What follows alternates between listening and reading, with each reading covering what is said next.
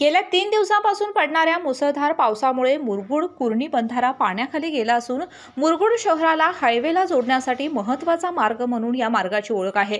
मुरगुड शहरामध्ये शाळांना येणारे विद्यार्थी याच मार्गावरून शहरात येतात।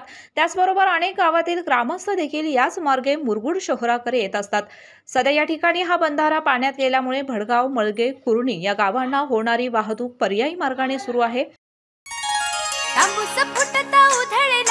भूपाळी रामपारी दिशादाही उजळल्या आल गोकुळ आपुल्या दारी निर्भेळ आणि सकस चवीच गोकुळ लई भारी। गोकुळ दूध आणि दर्जेदार दुग्ध उत्पादने, चव आहे कोल्हापुरी, गोकुळ लई भारी। वेदगंगा नदीवरील सर्वच बंधारे येत्या काही तासातच पाण्याखाली जाण्याची शक्यता निर्माण झाली आहे। सध्या या ठिकाणी नगरपालिकेने बॅरिकेड लावून देखील धोकादायक पद्धतीने वाहतूक सुरू आहे। अनेक जण रील्ससाठी या ठिकाणी धोकादायक पद्धतीने प्रवास करून सोशल मीडियावरती प्रसिद्ध होण्याचा अट्टहास करत आहेत। गेल्या अनेक दिवसापासून वाहत्या पाण्यामुळे अनेक जणांचे जीव गेले आहेत, मात्र याची तमा न बाळगता या ठिकाणाहून बिनधास्त वाहतूक सुरू आहे। या गोष्टीकडे प्रशासनाने वेळेत लक्ष दिले नाही तर आणखीन बळी जातील अशी भीती व्यक्त होत आहे। त्याचबरोबर या बंधाऱ्यावरून अवजड वाहतुकींना देखील परवानगी नाही, मात्र अनेक वेळा या छोट्या बंधारावरून ट्रक, डंपर इत्यादी वाहने जात असतात।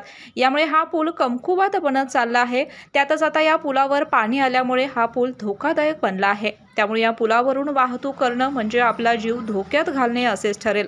आपण आता पाहू शकतो की कुर्णी आणि मुरगुड यांना जोडणाऱ्या या बंधाऱ्यावरती पाणी आलेलं आहे आणि वेदगंगा नदीवरील अनेक बंधारे पाण्याखाली जाण्यास सुरुवात झालेली आहे। नुकताच पावसाने जोर पकडलेला आहे आणि काल या बंधाऱ्याचं पाणी कमी होतं आणि आज या पाण्याची जी पातळी आहे ती वाढू लागलेली आहे आणि दुपारपर्यंत हा बंधारा पूर्णपणे पाण्याने झाल्याची शक्यता असून या ठिकाणी नागरिकांनी धोकादायक पद्धतीने प्रवास करू नये। केके न्यूजसाठी कागल प्रतिनिधी ओंकार पोद्दार। अशाच नवनवीन अपडेट पाहण्यासाठी आमच्या केके न्यूज चॅनेलला सबस्क्राईब करा।